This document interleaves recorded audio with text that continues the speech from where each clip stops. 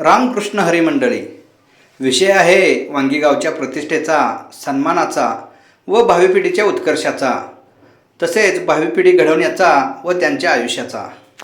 वांगीगाव परमार्थात नावलौकिक मिळवत आहे, तसेच सामाजिक कार्यात नावलौकिकास पात्र ठरत आहे. श्री क्षेत्र वांगी ते पंढरपूर पायी माघवारी दिंडी सोहळा अगदी दिमाखात संपन्न झाला. त्यानंतर लगेचच 2 दिवसात वांगीच्या यात्रेस सुरुवात झाली व यात्रासुद्धा निवडणुकीची आचारसंहिता असताना थाटामाटात संपन्न झाली. असो, जास्त वेळ न घालवता आता आपण येऊया थेट विषयावर, ते म्हणजे आपल्या वांगीगावची शाळा. शाळेचे नाव न्यू इंग्लिश स्कूल कसबे वांगी. शाळेच्या इमारत बांधकामाला 60 वर्षापेक्षा जास्त कालावधी होऊन गेला. हीच शाळेची इमारत आता नवीन बांधकामाच्या उंबरठ्यावर येऊन ठेपलेली आहे. सुरुवातीच्या काळात ज्या समाजसेवकांनी शाळेचे बांधकाम केले त्यापैकी काही हयात आहेत, तर काही वयोवृद्ध झालेत, तर काही मृत्यू पावले.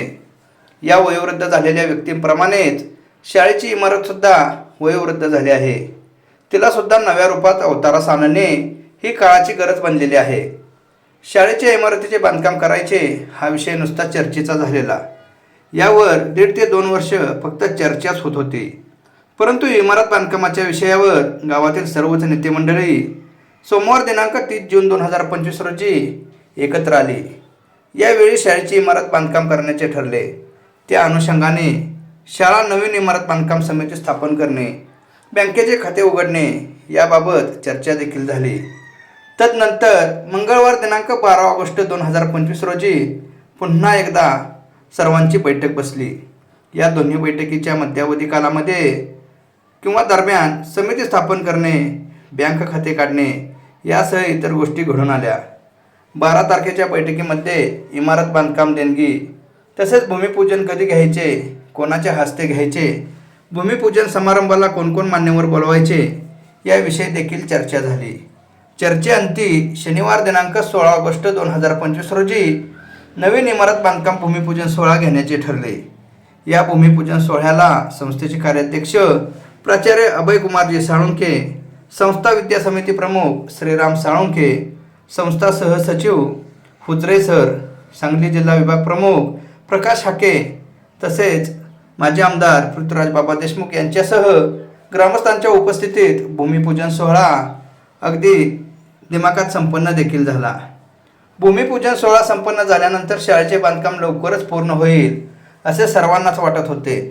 परंतु भूमिपूजन झाल्यापासून आत्तापर्यंत म्हणजे 7 ते 8 महिन्यांच्या कालावधीत नवीन बांधकामाची एक वीटसुद्धा रचण्यात आलेली नाही व देणगी गोळा करणेसुद्धा थांबवले आहे. शाळा बांधकामासाठी विलंब का लागतो आहे? समाजातील सर्वसामान्य जनता देणगी देत आहे की नाही? देत नसेल तर का देत नाहीत हा एक मोठा प्रश्न निर्माण झालेला आहे. याला राजकीय वातावरण आडवे तर येत नाही ना, हे पाहणेसुद्धा गरजेचे झाले आहे. यावरून असे स्पष्ट होते की यामध्ये कोणीतरी राजकीय पुढारी हस्तक्षेप करत आहेत, हे नाकारता येत नाही असेच म्हणावे लागेल. एकंदरीत मुलाचे शिक्षण घेणे तेजोमय होणार की याच इमारतीत रडत कडत काढावे लागणार हे येणारा काळच ठरवेल.